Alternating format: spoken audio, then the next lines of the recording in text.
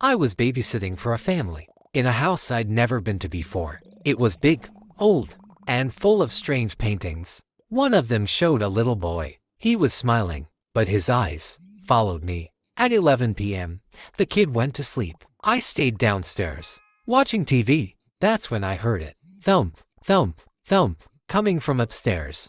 I froze. The kid was supposed to be asleep. I turned off the TV and walked up the stairs. Slowly, the sound was coming from his room. I opened the door. He was sitting up in bed, staring at the corner of the room.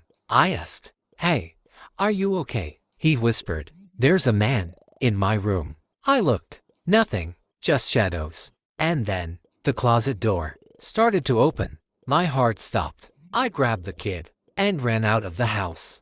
I called the parents. They rushed home, checked the closet, and guess what? It wasn't a ghost. Their cat had been locked inside the closet the whole day, but the way it stared at me, I swear it was judging my life choices.